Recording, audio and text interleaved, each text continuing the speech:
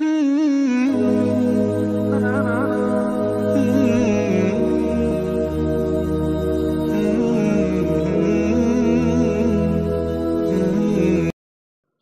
بالله من الشيطان الرجيم. بسم الله الرحمن الرحيم. وإذ قال موسى لقومه يا قوم إنكم ظلمتم أنفسكم باتخاذكم العجل فتوبوا إلى بارئكم فاقتلوا أنفسكم ذلكم خير لكم عند بارئكم فتاب عليكم إنه هو التواب الرحيم. وإذ قلتم يا موسى لن نؤمن لك حتى نرى الله جهرة فأخذتكم الصاعقة وأنتم تنظرون ثم بعثناكم من بعد موتكم لعلكم تشكرون.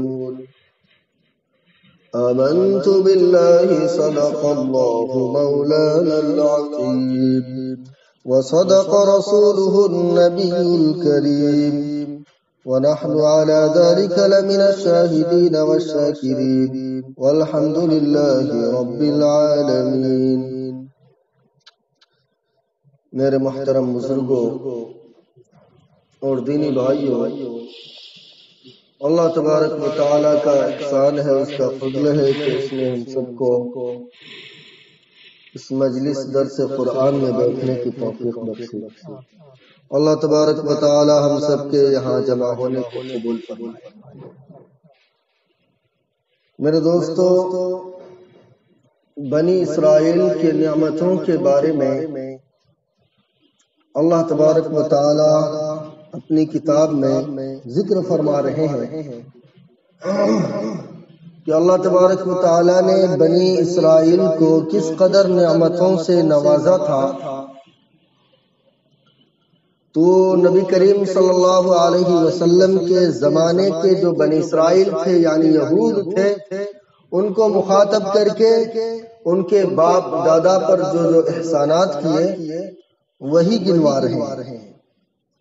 میں نے بتلایا تھا کہ حضرت موسیٰ علیہ السلام کو اللہ تبارک و تعالیٰ نے 40 دن میں ایک کتاب عطا فرمائی جس کو توریت کہا جاتا ہے.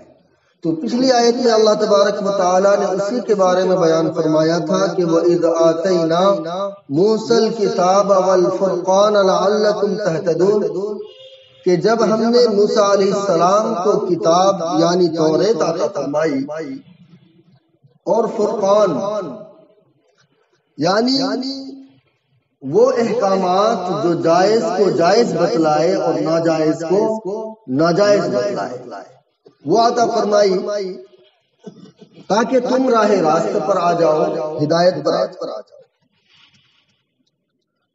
اگلی آیت میں اللہ تبارک و تعالی اس طریق کو بیان فرما رہے ہیں جو ان کی توبہ کے لیے تجویز فرمایا تھا. یعنی جب موسیٰ علیہ السلام توریت پر گئے تھے کتاب لینے کے لیے، تو ان لوگوں کو سامری جادوگر نے بہکا دیا تھا اور سونے چاندی کے ایک بچھڑے کو بنا کر تمام بنی اسرائیل کو اس کام میں لگا دیا. تو اگلی آیت میں اللہ تبارک و تعالی حضرت موسیٰ علیہ السلام نے لوگوں کو کیا کہا، اسی بات کو اللہ تبارک و تعالی قرآن کریم میں بیان فرما رہے ہیں. پہلے ترجمہ سماعت فرمائے. وَإِذْ قَالَ مُوسَى لِقَوْمِهِ يَا قَوْمِ إِنَّكُمْ ظَلَمْتُمْ أَنفُسَكُمْ بِاتِّخَاذِكُمُ الْعِجْلَ فَتُوبُوا إِلَى بَارِئِكُمْ فَاقْتُلُوا أَنفُسَكُمْ. اور جب کہا موسیٰ علیہ السلام نے اپنے قوم سے کہ اے قوم، تم نے اپنی جانوں پر ظلم کیا، بچڑے کو معبود بنا کر فتوبوا الی بارئکم تو تم اپنے رب کی جانب توبہ کا دروازہ کھٹکھٹاؤ، اپنے رب کے سامنے توبہ کرو، فَاقْتُلُوا أَنفُسَكُمْ اور اپنے آپ کو قتل کرو، ذَلِكُمْ خَيْرٌ لَكُمْ عِنْدَ بَارِئِكُمْ یہ تمہارے لیے بہتر ہے تمہارے رب کے نزدیک، فَتَابَ عَلَيْكُمْ پس پروردگار نے ان کی توبہ کو قبول کیا، اِنَّهُ هُوَ التَّوَّابُ الرَّحِيمُ بے شک وہ توبہ کو قبول کرنے والا اور رحم کرنے والا۔ اب یہاں پر واقعہ کیا ہوا اس کو سماعت فرمائے۔ حضرت موسیٰ علیہ السلام نے اپنی قوم سے کہا، اب قوم میں تین طرح کے لوگ تھے، ایک تو وہ لوگ تھے جنہوں نے بچھڑے کی پوجا کی، اور ایک وہ لوگ تھے جنہوں نے بچھڑے کی پوجا نہیں کی بالکل صریح طور پر، اور لوگوں کو روکا بھی۔ دو قسم کے لوگ ہو گئے۔ اور تیسرے وہ تھے جنہوں نے بچھڑے کی پوجا تو نہیں کی لیکن لوگوں کو روکا بھی نہیں، یعنی انہوں نے اپنے آپ کو الگ کر لیا کہ بھائی آپ کو کرنا ہے تو کرو، ہم کچھ نہیں جانتے۔ تو ان تین گروہ کو حضرت موسیٰ علیہ السلام نے اس طرح مخاطب کر کے کہا کہ تم نے اپنی جانوں پر بچڑے کو معبود بنا کر ظلم کیا ہے، پس تم ایک دوسرے کو قتل کرو۔ یعنی ان لوگوں کو حکم دیا جن لوگوں نے بچڑے کی پوجا نہیں کی تھی لیکن لوگوں کو روکا بھی نہیں تھا، گنہگار وہ بھی تھے، تو ان کو حکم دیا کہ آپ جن لوگوں نے بچڑے کی پوجا کی ہے ان کو قتل کریں۔ اب آپ دیکھیے یہ کتنا بڑا حکم تھا۔ بھئی بچڑے کی پوجا کرنے والے میں کچھ ایسے بھی افراد تھے جن کے بیٹے نے پوجا کی تھی باپ نے نہیں کی تھی، یا ایسے بھی تھے جن کے باپ نے پوجا کی تھی بیٹے نے نہیں کی تھی، ایک بھائی نے پوجا کی تھی دوسرے نے نہیں کی تھی۔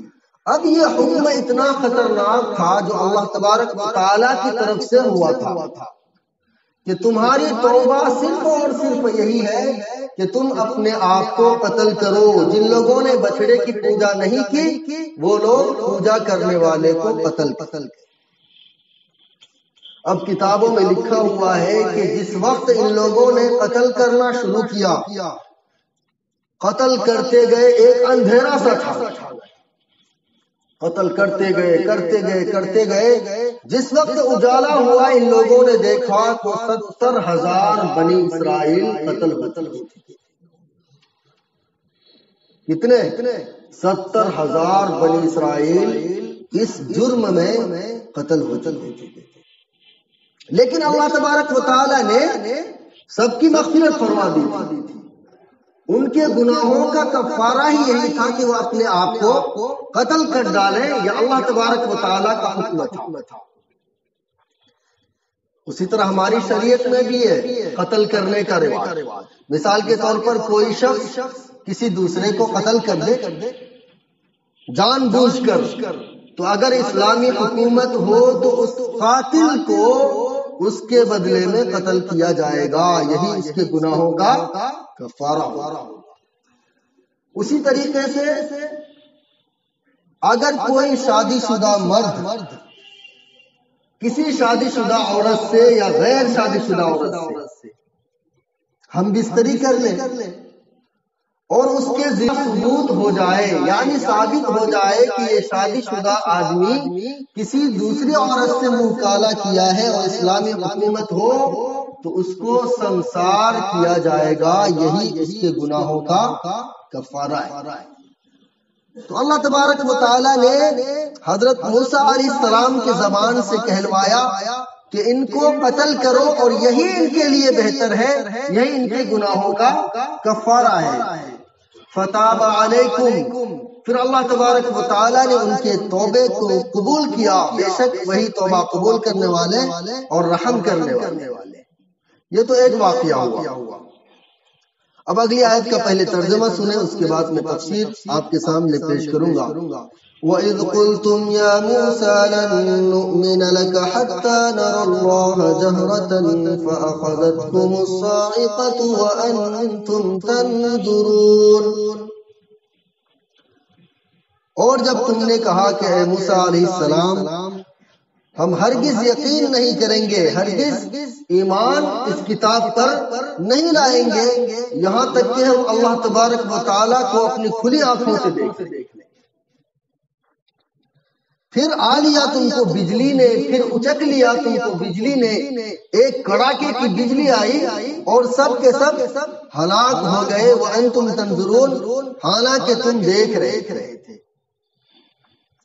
اب اس کا واقعہ کیا ہوا ذرا اس کو سماعت فرمائیں کہ حضرت موسیٰ علیہ السلام نے کوہ طور سے توریت لا کر پیش کہ یہ اللہ تبارک و تعالیٰ کی کتاب ہے، سب کو اس کے مطابق عمل کرنا ہے۔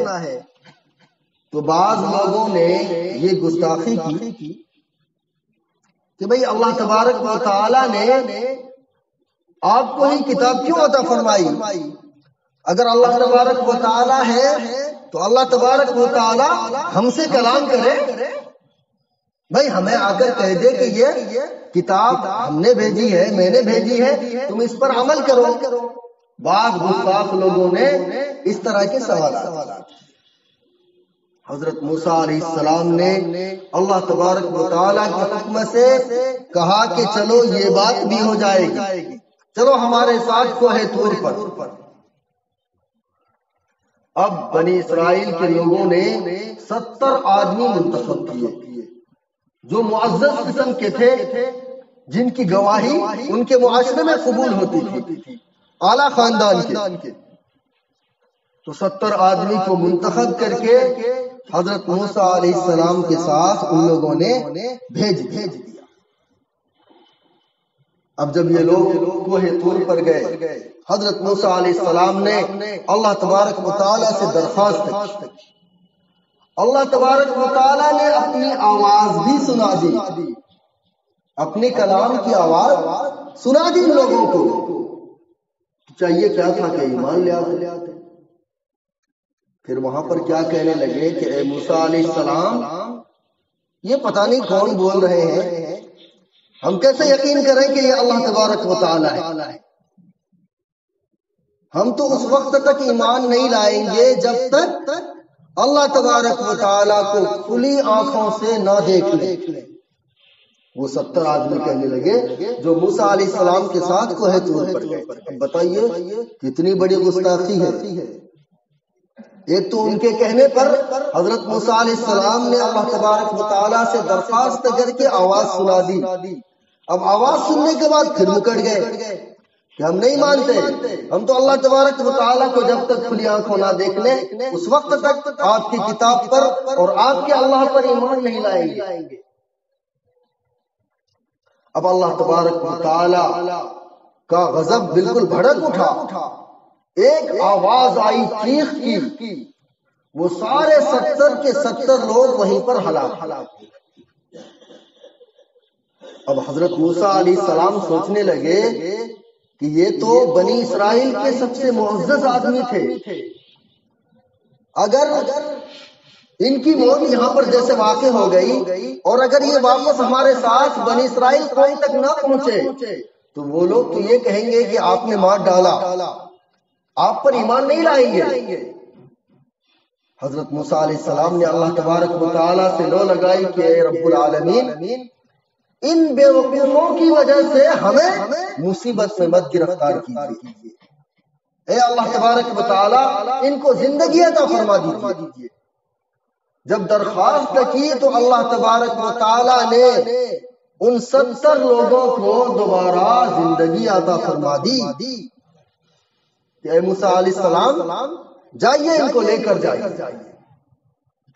تو اسی کے بارے میں اگلی آیت میں فرما رہے ہیں ثم بعثناکم من بعد موتکم لعلکم تشکرون، پھر ان کے مر جانے کے بعد ہم نے ان کو زندگی عطا فرمائی تاکہ تم احسان مانو، تم شکر گزار بن جاؤ۔ لیکن بنی اسرائیل قوم ایسی قوم تھی جنہوں نے کبھی بھی صحیح طریقے پر اللہ تبارک و تعالی کی تابعداری نہیں کی، ہر وقت اپنے کہنے سے ہمیشہ مکرتے رہے۔ اب اگلے آیت میں جو اللہ تبارک و تعالی فرما رہے ہیں اس کو ذرا سنیے۔ پہلے میں ترجمہ پیش کرتا ہوں۔ وَظَلَّلْنَا عَلَيْكُمُ الْغَمَامَ وَأَنزَلْنَا عَلَيْكُمُ الْمَنَّ وَالسَّلْوَىٰ كُلُوا مِن طَيِّبَاتِ مَا رَزَقْنَاكُمْ وَمَا ظَلَمُونَا وَلَٰكِن كَانُوا أَنفُسَهُمْ يَظْلِمُونَ۔ اور ہم نے تم پر سایہ کیا، بادلوں کا، ابر کا، اور ہم نے تمہارے لیے آسمان سے من اور سلوہ نازل کیا تاکہ تم کھاؤ ان پاکیزہ رزق میں سے جو ہم نے تم کو عطا کیے، اور انہوں نے ہمارا کچھ نقصان نہیں کیا بلکہ اپنا ہی نقصان کرتے رہے۔ یہ تو اس آیت کا ترجمہ ہوا۔ اب اس کے تحت بھی ایک بہت سا لمبا واقعہ ہے۔ یہاں پر دو قصے بیان کیے گئے اور دو نعمتوں کے بارے میں اللہ تبارک و تعالی نے بیان فرمایا۔ ایک تو یہ کہ ہم نے تم پر ابر کا سایہ کیا، بادلوں کا سایہ کیا۔ بنی اسرائیل قوم اصل میں ملک شام کی رہنے والی تھی۔ حضرت یوسف علیہ السلام کے زمانے میں یہ لوگ مصر میں آ کر آباد ہو گئے، جیسا کہ سورہ یوسف میں پورا واقعہ آئے گا کہ کیسے اللہ تبارک و تعالیٰ نے طرح طرح کی مصیبتوں سے بچا کر حضرت یوسف علیہ السلام کو مصر کا بادشاہ بنا دیا۔ تو جب یہ مصر میں آباد ہوئے تو یہ لوگ مصر میں جا کر بس گئے، اور ملک شام پر قوم عمالقہ، بہت فتن قسم کی ایک قوم گزری ہے، انہوں نے ملک شام پر قبضہ کر لیا مکمل طریقے سے۔ اب بنی اسرائیل مصر میں رہنے لگے اور ملک شام پر قوم عمالقہ کی حکومت قائم ہو گئی۔ جب ادھر فرعون سے حضرت موسیٰ علیہ السلام کو نجات مل گئی تو اللہ تبارک و تعالیٰ نے اب حکم دیا کہ تمہارا جو پرانا وطن کون سا؟ ملک شام، اور جس پر قوم عمالقہ حکومت کرتی ہے، آپ اپنے فوج کو لے کر جائیں اور ان سے جنگ کریں۔ قوم عمالقہ سے جنگ کر کے اپنے پرانے وطن میں جا کر آباد ہو جائے۔ اب وہاں پر یہ لوگ تیار ہو کر مصر سے نکلے۔ اب جب ملک شام پہنچنے ہی والے تھے کہ بنی اسرائیل قوم کو ایک خبر پہنچی، تو کیا پہنچی کہ قوم عمالقہ بہت طاقتور ہے، تم ان کا مقابلہ نہیں کر سکتے۔ اب ان کی جو ہمت تھی وہ ٹوٹ گئی۔ ان لوگوں نے عین وقت پر دھوکہ دے دیا اور یہ کہہ دیا کہ ہم قوم عمالقہ سے جنگ نہیں کر سکتے۔ تو اللہ تبارک و تعالیٰ نے ان کو ایک میدان میں 40 سال تک، کتنے سال تک؟ 40 سال تک حیران و پریشان کر کے چھوڑ دیا۔ وہ میدان کون سی تھی؟ میدان تیہ کہلاتی ہے۔ کتابوں میں اس میدان کے بارے میں لکھا ہوا ہے کہ کوئی بہت بڑی سی جگہ نہیں تھی، بلکہ 10 میل کے آس پاس، ادھر ملک شام اور ادھر مصر، ان دونوں کے بیچ میں 10 میل کے آس پاس میں وہ جگہ تھی، وہ میدان تھی۔ اب ان کی حالت کیا ہوئی ذرا یہ سنیں۔ جب ان لوگوں نے بالکل جنگ کرنے سے انکار کر دیا تو اللہ تبارک و تعالیٰ نے ان کو اسی میدان میں 40 سال تک پریشان کیا۔ وہ کس طریقے سے پریشان کیا کہ صبح جب ہوتی یہ لوگ اپنے ملک کے لیے چلتے، شام تک سفر کرتے۔ اس وقت تو کوئی جہاز کا، کوئی ٹرین کا سفر تو ہوتا نہیں تھا، زمینی راستے سے سفر کرتے تھے۔ سفر کرتے کرتے کرتے کرتے جب شام ہوتی یہ لوگ ایک جگہ پر رکتے، پڑاؤ ڈالتے، پھر جب صبح ہوتی تو وہیں پر پہنچ جاتے جہاں سے چلے تھے۔ اللہ تبارک و تعالیٰ نے ان کی ایسی حالت، اور 40 سال، وہ بھی 1 2 4 5 مہینہ نہیں، 1 سال نہیں بلکہ 40 سال تک۔ اب بھائی آپ کہو گے کہ 40 سال میں اس میدان میں ان لوگوں نے کیسے گزارا، وقت کیسے گزارا؟ تو کتابوں میں لکھا ہوا ہے کہ اللہ تبارک و تعالیٰ نے اس میدان میں ان پر بے پناہ نعمتیں عطا فرمائیں۔ مظللنا علیکم الغمام، رہنے کے لیے بھائی کیا چاہیے؟ دھوپ سے بچنے کے لیے سایہ چاہیے نا۔ تو اللہ تبارک و تعالیٰ نے بادل کا ایک بہت بڑا سایہ ان کے لیے دے دیا کہ تم اس کے نیچے اپنی زندگی گزارو، لیکن پریشان 40 سال تک ہونا ہے۔ ایک نعمت تو یہ عطا فرمائی، دوسری وَأَنزَلْنَا عَلَيْكُمُ الْمَنَّ وَالسَّلْوَىٰ، کہ اللہ تبارک و تعالیٰ نے ان کے کھانے کے لیے من اور سلوہ نازل کیا۔ اب یہ من اور سلوہ ہے کیا؟ تو علماء نے، مفسرین نے اس کی تفسیر میں لکھا ہے کہ من آفتاب نکلنے کے وقت سے آسمان سے بالکل اولے کی طرح گرنا شروع ہوتا تھا، اور طلوع آفتاب تک، صبح صادق سے لے کے طلوع آفتاب تک برابر وہ کسی درخت پر ڈھیر ان کا لگتا رہتا۔ اب وہ دودھ سے زیادہ سفید اور شہد سے زیادہ میٹھا ہوتا تھا۔ اگر آپ ان کو کھانے کے لیے استعمال کرتے تو کھا بھی سکتے تھے، پینے کے لیے استعمال کرتے تو پی بھی سکتے تھے۔ دنیا میں غذا نہیں تھی، اللہ تبارک و تعالیٰ نے ان کے لیے آسمان سے خاص طور سے اتارا۔ اور بھی مفسرین نے من کے بارے میں بہت ساری باتیں لکھی، خیر واللہ اعلم۔ اور سلوہ بٹیر کی طرح ایک پرندہ ہوتا تھا۔ اب یہ لوگ شام کے وقت میں وہ پرندہ بالکل ان کے قریب ہو جاتا تھا کہ یہ لوگ بالکل آسانی سے اس پرندے کا شکار کر لیتے، ان کو بالکل بھی تکلیف نہیں ہوتی کہ ذرا تیر نکالو پھر اس پر مارو پھر اس کا شکار کرو، نہیں، ان کے لیے بالکل بنی بنائی چیز جیسے ہوتی ہے نا، جاؤ اٹھاؤ لے کر آؤ، ایسے اللہ تبارک و تعالیٰ نے ان کے لیے رزق کا انتظام فرمایا۔ بتائیے کتنی بڑی نعمت ہے۔ آج انسان روزی روٹی کمانے کے لیے کتنا پریشان ہوتا ہے، اور اللہ تبارک و تعالیٰ نے ان کے لیے آسمان سے من اور سلوہ نازل کر دیا۔ اب آپ کہو گے کہ بھائی ان کے کپڑے کا کیا حساب ہوتا تھا؟ تو اللہ تبارک و تعالیٰ نے کپڑے کے بارے میں ایسا کر دیا تھا کہ ان کے کپڑے گندے ہی نہیں ہوتے تھے 40 سال تک۔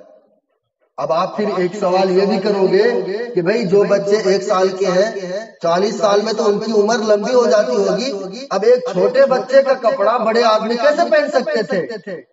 تو اللہ تبارک و تعالیٰ نے اس کے لیے بھی انتظام فرما رکھا تھا کہ جس طرح وہ بچہ بڑھتا تھا اسی طرح اس کے کپڑے کی لمبائی بھی بڑھتی۔ اب دیکھیے اللہ تبارک و تعالیٰ نے اتنا انعامات بنی اسرائیل پر کی۔ آگے فرمانے وَمَا ظَلَمُونَا وَلَكِنْ كَانُوا أَنفُسَهُمْ يَظْلِمُونَ، انہوں نے ہمارا کچھ نقصان نہیں کیا بلکہ اپنے آپ کا ہی نقصان کیا۔ وہ کیا کہنے لگے؟ من اور سلوہ کو چھوڑ کر حضرت موسیٰ علیہ السلام سے فرمائش کرنے لگے کہ اے موسیٰ علیہ السلام، ہمیں اس روزی پر اکتفا نہیں ہوتا، ہمیں تو پیاز چاہیے، ککڑی چاہیے، اور یہ چاہیے وہ چاہیے۔ آج اگلی آیتوں میں ان ساری باتوں کا بیان ہے۔ وقت ہو چکا ہے، میں یہیں پر اپنی بات کو ختم کر کے صرف ایک بات بتانا چاہتا ہوں کہ آپ بنی اسرائیل قوم کو دیکھیں اور نبی کریم صلی اللہ علیہ وسلم کے صحابہ کو دیکھیں۔ صحابہ کرام نے اتنی مشقتیں اٹھائیں، اتنی پریشانیاں اٹھائی، لیکن کبھی اللہ تبارک و تعالی کا نبی کریم صلی اللہ علیہ وسلم کی نافرمانی نہیں۔ یہ ہمارے امت کی نبی کریم صلی اللہ علیہ وسلم کی امت کی خاصیت ہے۔ اللہ تبارک و تعالی ہم سب کو بھی نبی کریم صلی اللہ علیہ وسلم کے صحیح امتی بن کر زندگی گزارنے کی توفیق نصیب فرمائے۔ انشاءاللہ پھر جو اگلی باتیں ہیں اگلے ہفتے میں آپ کے سامنے پیش کروں گا۔ وآخر دعوانا الحمدللہ رب العالمین۔ اللهم صل على سيدنا ونبينا وشفيعنا ومولانا محمد وبارك وسلم۔ ربنا ظلمنا أنفسنا وإن لم تغفر لنا وترحمنا لنكونن من الخاسرين۔ یا الہ العالمین، یا اکرم الاکرمین، یا ذو الجلال والاکرام، اے اللہ ہم سب گنہگار ہیں، خطا کار ہیں، سیاہ کار ہیں، بدکار ہیں۔ اے اللہ تو اپنے فضل و کرم سے ہم سب کے گناہوں کو معاف فرما۔ اے اللہ ہم ظاہری میں تیرے بندے ہیں، حقیقت میں اللہ نہایت ہی گندے ہیں۔ اے اللہ یہ تیرا احسان ہے، یہ تیرا کرم ہے کہ تو نے ہمیں نبی کریم صلی اللہ علیہ وسلم کی امت میں پیدا کیا۔ اے اللہ یہ تیرا احسان ہے، تیرا کرم ہے کہ تو نے نبی کریم صلی اللہ علیہ وسلم کی امت میں پیدا کیا۔ اے اللہ ہم سب کو نبی کریم صلی اللہ علیہ وسلم کے صحیح امتی بن کر زندگی گزارنے کی توفیق نصیب فرما۔ نبی کریم صلی اللہ علیہ وسلم کی ایک ایک سنت پر عمل کرنے کی توفیق نصیب فرما۔ جن چیزوں سے نبی کریم صلی اللہ علیہ وسلم نے منع کیا ہے ان تمام چیزوں سے بچ کر زندگی گزارنے کی توفیق نصیب فرما۔ اللہ جن چیزوں سے آپ صلی اللہ علیہ وسلم نے جن چیزوں کے کرنے کا حکم دیا، جو آپ کا حکم ہے اس کے مطابق زندگی گزارنے کی توفیق نصیب فرما۔ اللہ ہم سب کے والدین کی عمر میں، رزق میں، صحت میں برکت عطا فرما۔ جتنے بیمار ہیں اللہ ہم سبوں کو شفاء کاملہ عاجلہ مستمرہ نصیب فرما۔ اللہ ہم سے تو مانگنا بھی نہیں آتا اللہ، لیکن تجھے دینا آتا ہے۔ اللہ ہم سبوں کو بھی مانگے عطا فرما۔ اللہ ہماری اس مختصر سی دعاؤں کو اپنے حبیب کے صدقے میں قبول فرما۔ صلی اللہ تعالی علی خیر خلقہ سیدنا محمد وآلہ واصحابہ اجمعین برحمتک۔